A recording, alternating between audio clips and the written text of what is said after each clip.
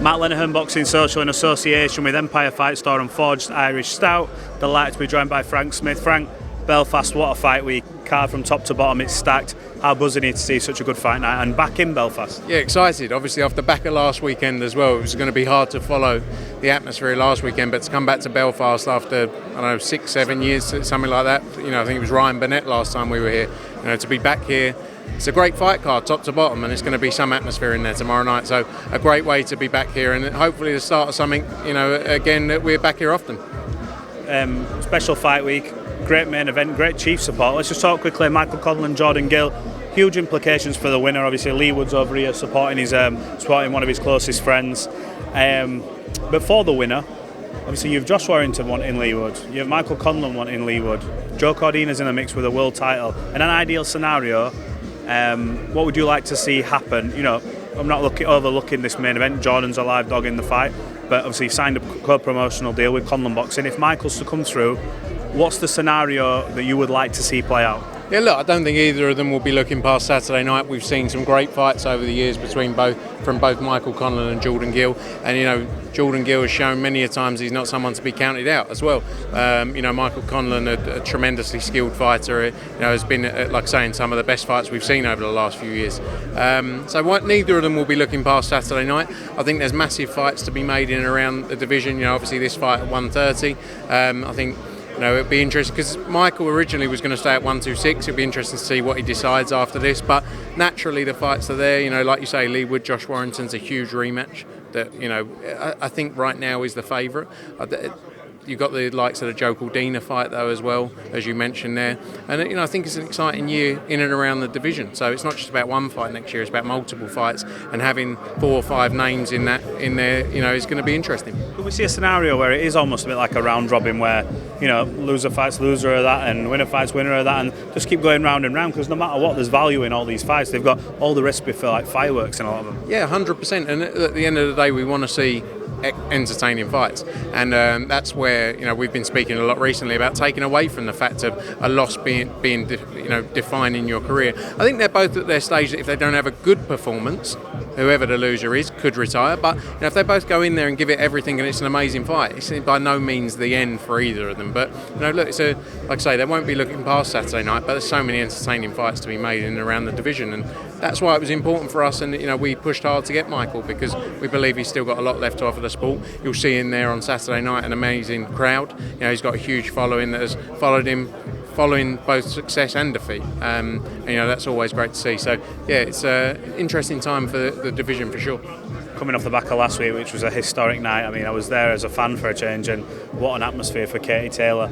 Now that she's come through that test, Croke Park, she deserves something like that. I know everything comes down to finances and how much it costs to host such a huge event like that, but in terms of an opponent, the Serrano rematch has always been lingering, but the fight she's had with Chantelle, it's one apiece. It's what would you say is more likely to happen? Yeah, first and foremost, I've got to say, I've been lucky enough to go to events all around the world, not just in boxing, but across multiple sports. Saturday night in Dublin was probably one of the best events I've ever been at, in terms of sporting events. The atmosphere in there, the noise in there, and just the love for Katie, obviously. But look, you have to give respect to both Katie and Chantelle Cameron, because they gave us 2 nights that are going to go down in the history of the sport. And, you don't want to forget, Chantelle went there the first time round against all the odds. She went and got the win in Dublin. Katie Taylor was focused for 6 months on avenging that. She got the win there. I'd love to see a third fight between the two of them.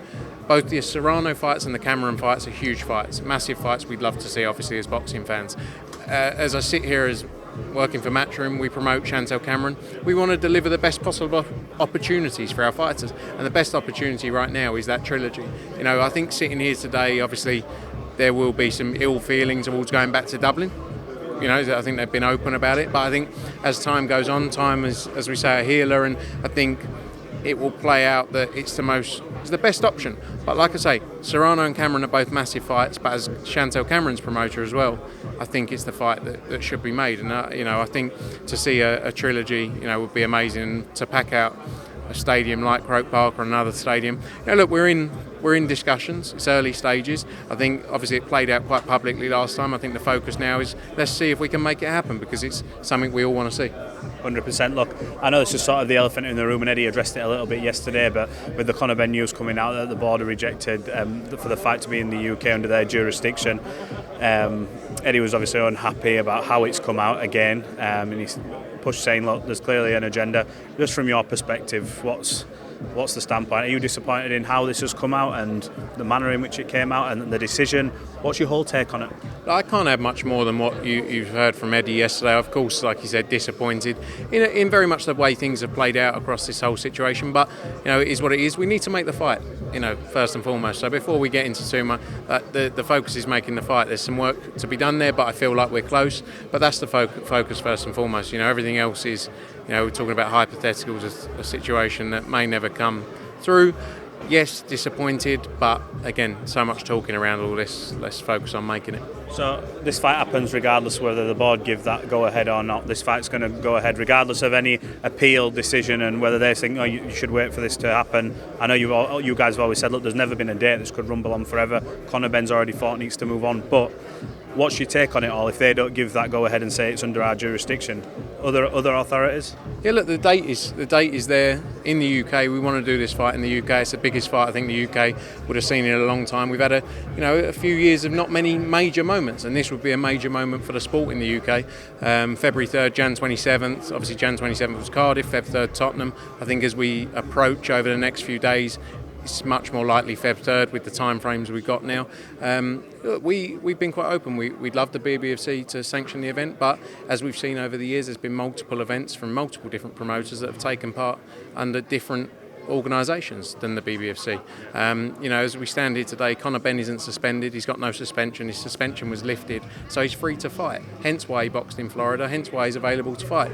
Like I say, we've seen many other board licence holders be involved in other events outside the scope of the British Boxing Board of Control, and there's been no question marks there.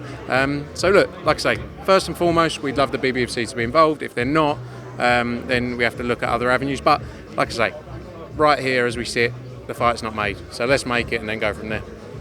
Devin, Haney, Regis, Prograis, that's come around quick. I was speaking to Eddie yesterday or the day before, time's moving quickly, but really looking forward to that. Devin's obviously relinquished his title at the lower weights, and in a way, like what Eddie said, fighters would tend to keep on to that in case something bad happens. They've got that bit of security, but he said let them go, and he's fully focused on getting this title. What do you make of it, and how much are you looking forward to seeing that fight now? Yeah, look, 100%. He's going in there against the best at 140 in Regis Prograis. Devin Haney's 23, 24 years old. What he's done in the sport is quite amazing. I think he's still got a lot left to do in the sport over the next 5-10 years, however long he wants to be involved in it.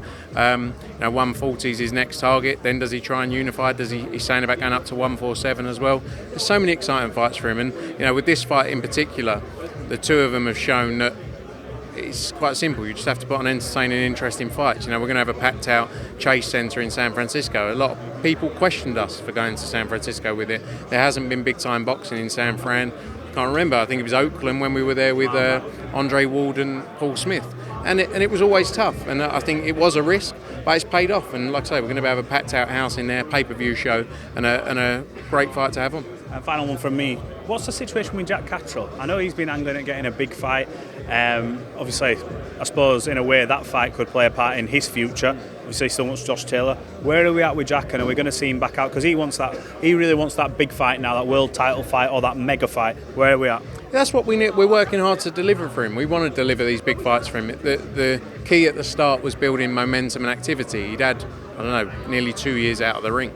So for us, when we signed him, it was to get those two fights back to back within 5 months were great, because he'd had a lot of things in his career that hadn't gone his way, prior to that.